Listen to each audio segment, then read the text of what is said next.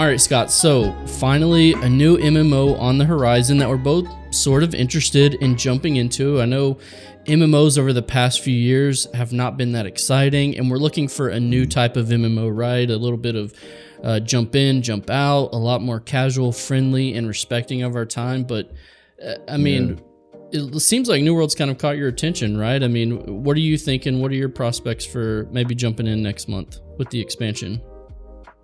I think it's something that I've slept on for a little while, and this might be a silly reason, but the reason that I never jumped into it was I just wasn't keen on the aesthetic of it. I wasn't keen on the environment, the time period. I'm just not really into that look like I would be like a WoW or a fantasy or a space or something like that. And while I know that's shallow, it's just something that has to be there on the onset for me to actually be interested in MMO. So I have nothing against New World. It doesn't seem to have any special parameters that would turn me off from a technical perspective. It's simply been just the look of it. But I've always peeked in on it from time to time just to see the player base, what some other guys were saying, check out the gameplay. I've just not really had the chance to get around to play it yet. But with the new changes coming out and a couple people in our Discord mentioning it now, it definitely has garnered some interest from me, and I'm thinking of maybe pulling the trigger on that. Let's try it out. All right.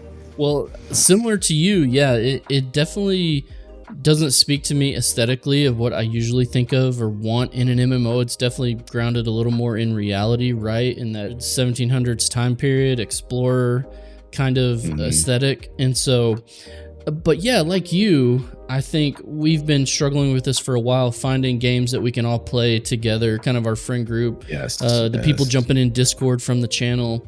You know, we're looking for games that everyone can kind of play and enjoy together. And I gotta say, New World to me kind of looks like, from the outside looking in, an MMO that you can treat as serious as you want or as casual as you want. And I really like that aspect. And it seems like there's a lot of different parts of this game that are fun. So the crafting looks really rewarding, and you can craft, I think some of the best stuff in the game comes from crafting. Exploring seems to be a big feature. Yeah, me too. And just the world itself seems very immersive, and the gathering, fishing, those kind of things. Actually, I wasn't super into those as a younger MMO player, but now those things seem really relaxing and stuff I want to get into. But the big part, like you said, is our friends. We have a couple people who are going to jump in, or it seems that way. And, you know, I think that's the most important thing at this stage right now, is trying to connect with the guys, get some good adult conversations in right after the kids are in bed. Is that kind of what you're thinking as well? Yeah, I like an MMO that isn't just get in and go full throttle, whether it be PvE or PvP. Sometimes I'm just not in the mood for that. I'm not in the headspace. I don't have the energy. And the reason that I like things that you brought up, like fishing and mining or chopping wood or whatever, is that you can still work towards your goal in the game of getting materials, of progressing your character, of progressing things within your guild. But you can do it in a calm way that's just zen, while you can have conversations, and that is enticing. That makes me find more calm and zen within gaming, instead of getting stressed that I just got my ass handed to me in a PvP match and now I want to, slam my head on the keyboard and go to bed. So it's I want to be able to relax sometimes, and any game that offers that ability to just be within the game world and still work towards a goal while not stressing yourself out is appealing. I would think you would agree with that, right? Yeah, that's a good point. I think I'm treating like the gathering and the crafting more as almost like a social aspect, right? Like it's the downtime when we can chat, we can hang out with the guys, we can do stuff. And so I like that aspect of it. Now, it doesn't require a lot of brain power. Exactly. And gaming for us at this point is kind of a retreat, right? A stress reliever is what we want it to be.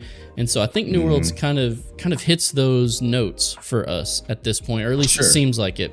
You know, I thought about jumping in last month. I made a character and all that, but when I saw the expansion was coming out and it seemed like a lot of really good quality of life, which as an MMO player now is what I look for from games like Guild Wars 2, similar games like that. I saw that and I was like, okay, I want to hold off. I don't want to really get into this game. I want to experience the expansion.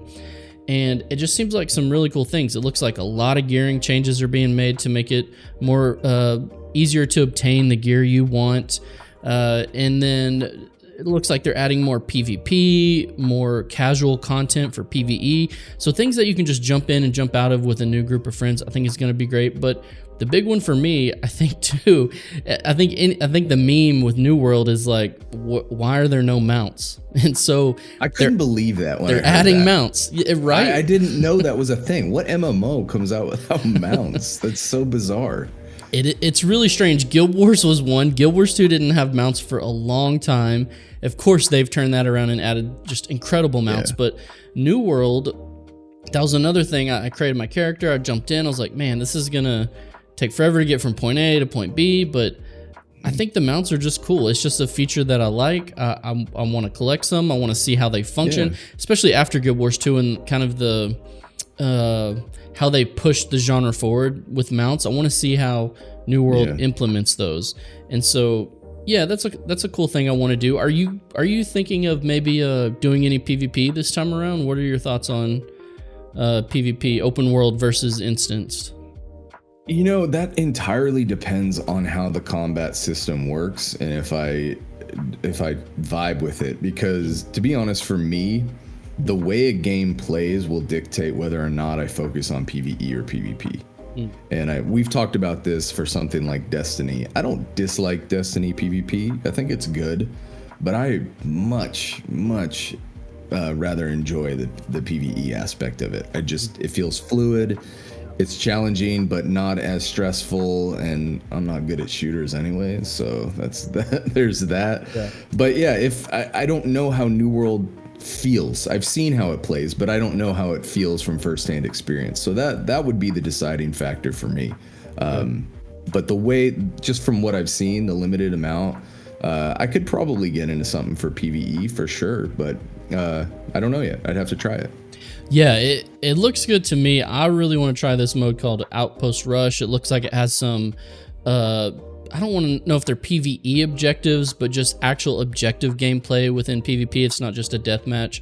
I think they do have arenas in open world too, and so I'm curious to see what the open world is like. You probably have to be super geared, so I don't know if we're going to be able to really jump into that.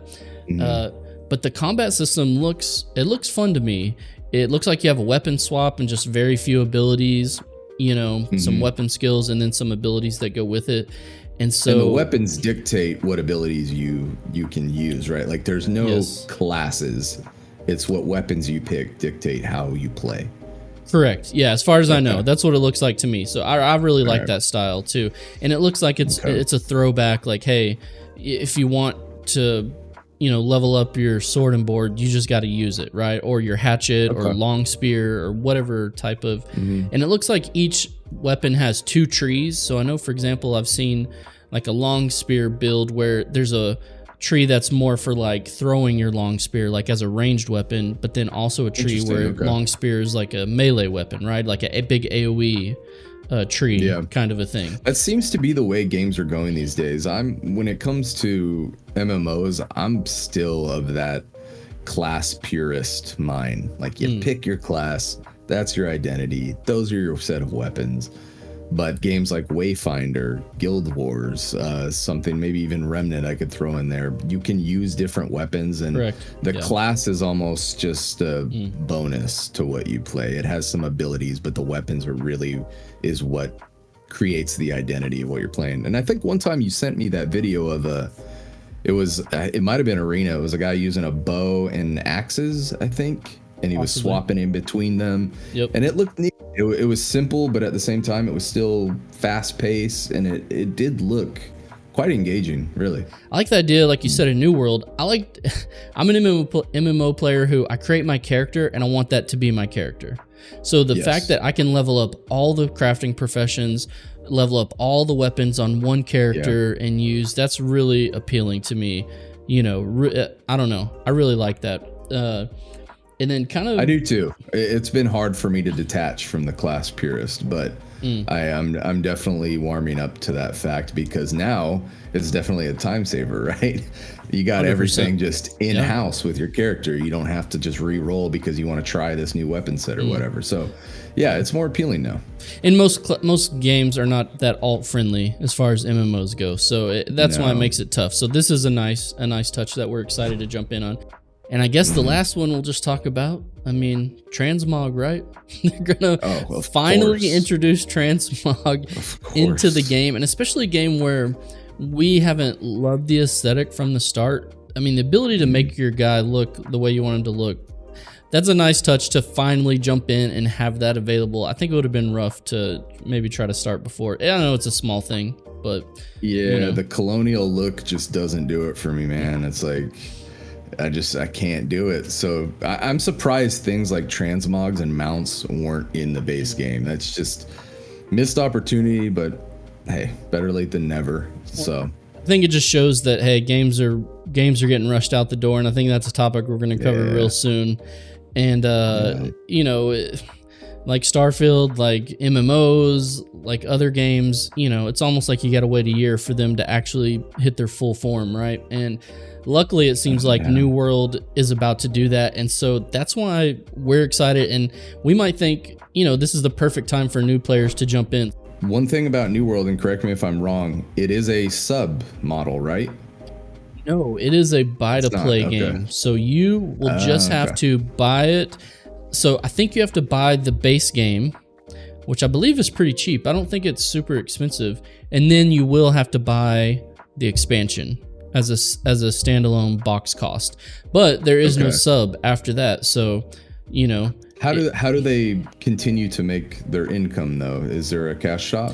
There is a cash shop, and from what I understand, it's purely cosmetic. So I don't think there's any any pay to win, anything like that, anything for crafting.